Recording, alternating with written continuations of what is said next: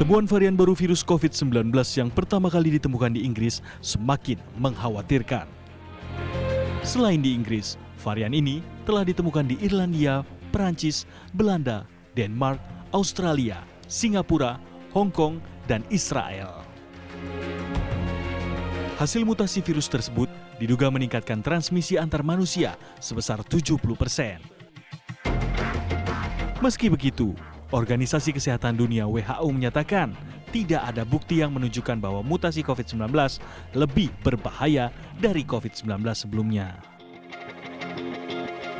Selain gejala umum COVID-19 seperti demam, batuk kering, dan hilangnya indera penciuman dan perasa, ada 7 gejala lain yang dikaitkan dengan varian baru COVID-19.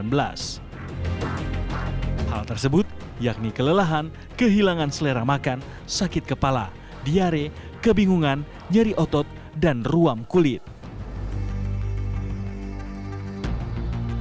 Sebelum heboh varian baru ditemukan di Inggris, mutasi virus baru juga sempat ditemukan di sejumlah wilayah di Indonesia.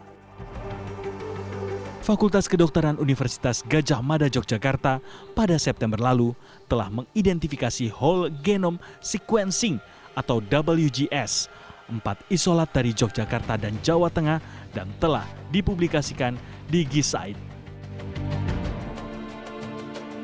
3 diantaranya disebut mengandung D614G. Pada saat itu, mutasinya pada virus COVID mempunyai daya infeksius 10 kali lebih tinggi.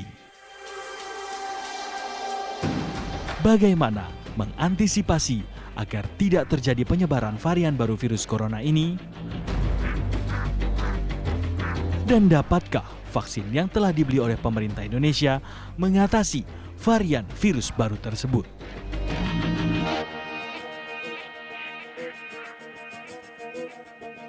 Tim TV One mengabarkan.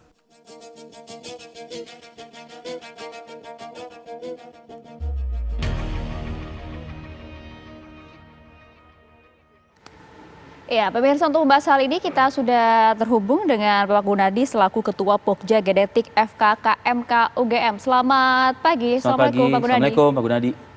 Selamat pagi, waalaikumsalam. Ya, Pak Gunadi, tentu kita sempat mendengar dan juga melihat ada hasil penelitian yang kemudian sempat dikeluarkan pula oleh FKKMK UGM mengenai varian baru atau whole genome sequencing yang telah dilakukan oleh pihak UGM sendiri. Sejauh ini hasilnya seperti apa? Kalau yang varian baru yang ditemukan di Inggris sampai saat ini belum pernah dideteksi sampai saat ini ya, belum dideteksi di Indonesia. Sejauh ini belum dideteksi. Terakhir penelitian Anda lakukan itu kapan? Ya, terakhir dilakukan Desember ini itu terbanyak kan kita sudah sekitar 19 virus yang kita submit ke GISAID. 19 itu 18-nya mengandung D614G, tapi belum pernah ada yang mengandung mutasi baru di Inggris.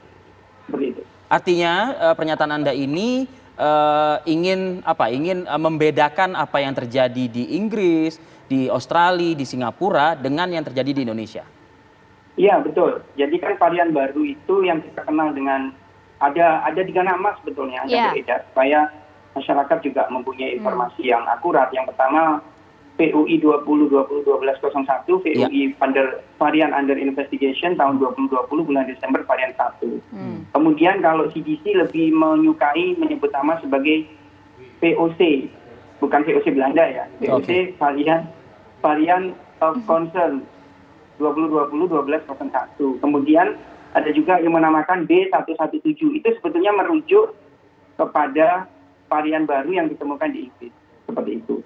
Oke, yang 3 tadi dengan D614G ya. Ini perbedaannya di mana gitu loh? Kalau misalnya dikaitkan dengan efek ke pasien. Ya. Kalau sejauh efek kepada pasien sama-sama belum berpengaruh terhadap klinis pasien. Jadi sama-sama ada yang pasien tanpa gejala ringan, sedang, berat. Tetapi yang menariknya sebetulnya dari varian ini kenapa concern di Inggris, dalam bulan Desember ini varian itu menguasai atau ditemukan lebih dari 50% kasus COVID-19 di Inggris. Seperti itu. Dan setelah diteliti whole genome-nya, lebih dari 50% kasus COVID-19 yang muncul di Inggris bulan Desember ini ternyata mempunyai varian ini, dan keistimewaannya varian ini terdiri dari beberapa mutasi, 9 diantaranya terjadi pada protein S. Kalau kita ingat kembali kepada D614G, itu juga terjadi pada protein S. Menariknya, pada 9 mutasi pada varian baru ini, salah satunya juga ada D614G itu. Jadi kumpulan mutasi di protein S. Ada 9, yang salah satunya juga D614G ada di dalam kumpulan varian baru ini. Oke. Jika memang varian terbaru yang saat ini sedang dibahas ditemukan di Inggris, diketahui bahwa tingkat penularannya jauh lebih tinggi, bahkan 70% lebih tinggi dibandingkan virus corona yang selama ini telah terjadi. Jika dibandingkan dengan D614G ini, seberapa tinggi tingkat penularannya dibandingkan dengan virus varian baru ini? Penelitian awal tentang D614G dikatakan ada perbedaan transmisi meningkat sekitar sampai dengan 20%. 20%. Tapi kemudian penelitian terbaru tentang varian baru di Inggris, ini penelitian awal ya, sekali lagi saya sampaikan ini penelitian awal, tentu bisa berubah. Jadi penelitian itu selalu berubah. Jadi sampai dengan 70% seperti itu transmisinya. Sekali lagi kita bicara baru transmisi antar manusia. Oke, bicara soal transmisi sudah, bicara soal tingkat saya mungkin minta diluruskan juga oleh Pak Gunadi, keganasannya gitu loh, Pak Gunadi. Ini ada nggak signifikansinya begitu dengan COVID-19 yang terjadi dari awal tahun 2020? Ya, jadi sampai saat ini karena kan datanya baru terbatas ya. Kalau kita bicara di data Inggris itu spesifik di Inggris itu. Kalau kita data global, kita bandingkan dengan data D614G itu sangat berbeda sekali. Kalau varian baru ini hanya 1,4% data global di state. Tapi kalau D614G itu kan sudah 90% menguasai populasi virus di dunia. Artinya untuk bicara gejala klinis, itu masih jauh. Dan memang penelitian di Inggris dikatakan, itu tidak berhubungan sama keganasan. Seperti itu. Tidak berhubungan dengan keganasan, tapi ada indikasi tambahan terjangkitnya COVID-19 pada seseorang begitu, karena kan kalau kita ketahui dari awal itu demam, lalu ada batuk kering, gangguan saluran pernafasan. Nah, akhir-akhir ini dunia merilis juga nih, peneliti-peneliti di dunia ada 7 gejala tambahan begitu. Anda di UGM seperti apa melihat hal ini? Ya mungkin ini mohon maaf, sebenarnya bukan kapasitas saya sebagai klinisi COVID-19 ya. Saya juga bukan penanggung jawab pasien COVID-19, tetapi gejala yang kemarin dirilis itu sebetulnya bukan terkait dengan, mohon maaf kalau nanti saya keliru mohon diluruskan, tetapi bukan terkait dengan varian baru ini, tetapi gejala-gejala yang memang ditemukan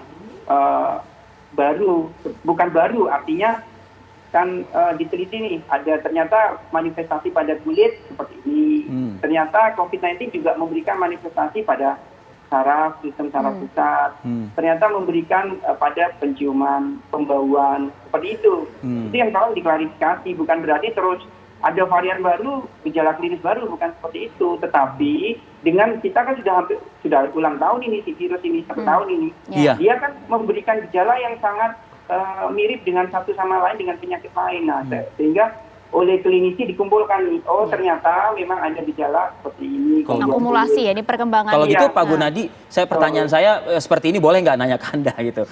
Cara kerja virus tuh berarti gimana ya gitu loh. Ya, kan dia udah hinggap di manusia, lalu jangan ini saya pakai bahasa gampang gitu ya, biar penonton kita juga bisa mencernai cepat gitu. Mereka melihat juga nih pola kerjanya, dari sini kita nyerang yang ke sini lagi, nah gitu. Gimana? Apakah mungkin memang betul virus ini lebih pintar daripada manusia gitu. begitu?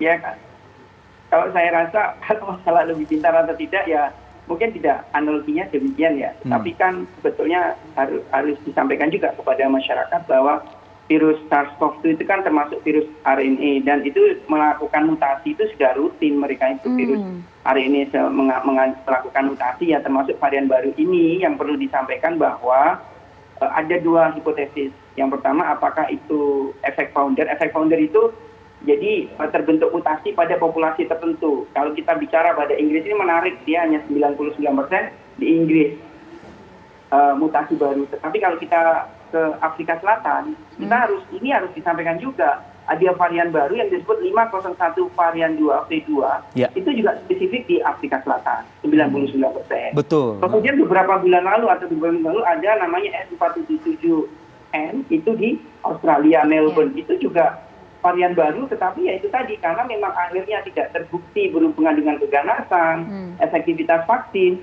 mutasi ini juga akhirnya tenggelam dengan sendirinya. Artinya itu yang harus disampaikan bahwa kita perlu waspada, tetapi sampai ada bukti itu berpengaruh terhadap gejala keganasan atau vaksin, masyarakat tidak perlu khawatir berlebihan, karena sudah ada beberapa varian-varian baru sebetulnya yang mungkin tidak terekspos di media. Yang di Australia itu juga spesifik. S477N itu juga di outbreak itu di Australia, tetapi sekarang juga tidak ada kabarnya seperti itu. Terus bagaimana tadi pertanyaan ke manusia? Nah, awalnya kan dia mau menginfeksi lewat sel reseptor ACE2, reseptor di sel traktus saluran nafas kita. Saluran nafas.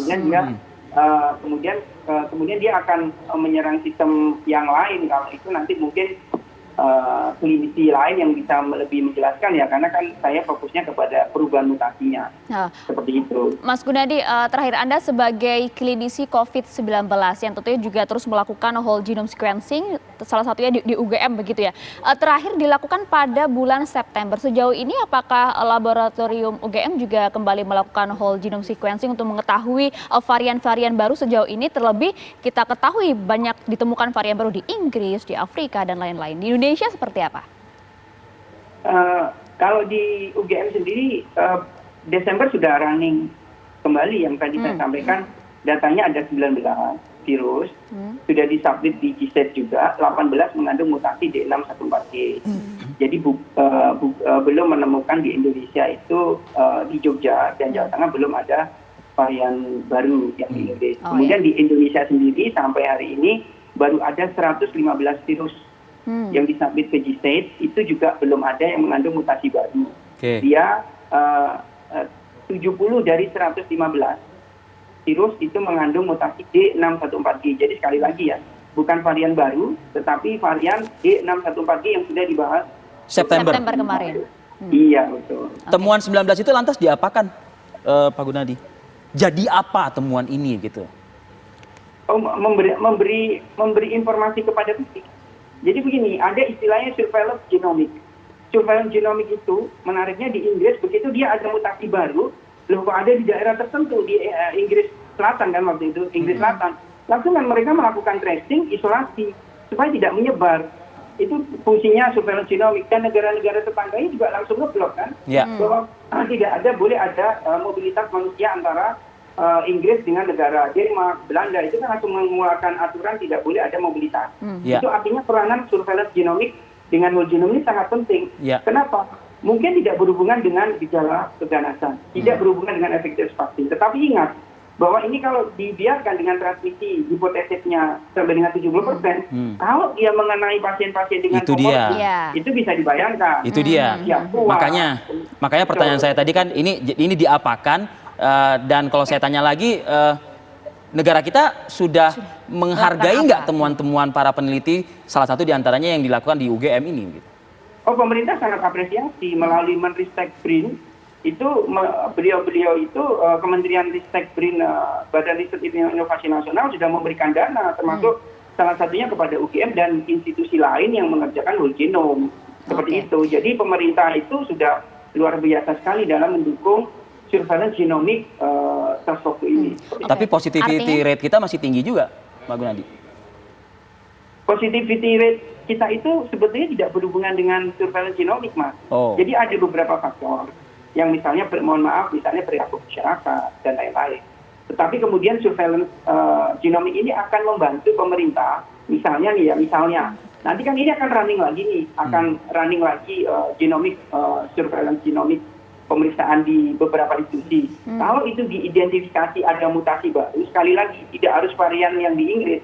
Seperti kita belajar di Afrika Selatan, Australia, bisa jadi nanti akan ketemu varian baru di Indonesia yang kita sebut dengan efek founder. Nah itu kan nanti pemerintah akan melakukan tracing, isolasi, seperti itu.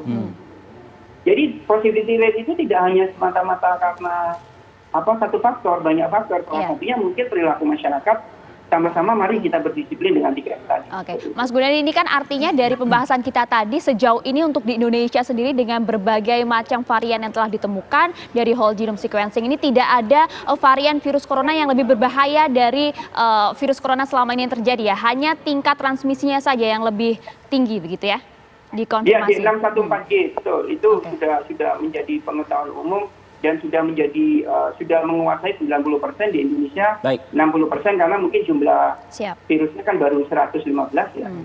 Baik. Baik. Pak Gunadi, terima kasih atas waktu Anda pagi ini, Pak, berdiskusi dan juga mensosialisasikan juga kepada masyarakat ya. Selamat Sama-sama, semoga beraktivitas, bermanfaat. salam sehat selalu untuk Salam Anda. sehat Mas Gunadi, Salam terima sehat. kasih banyak.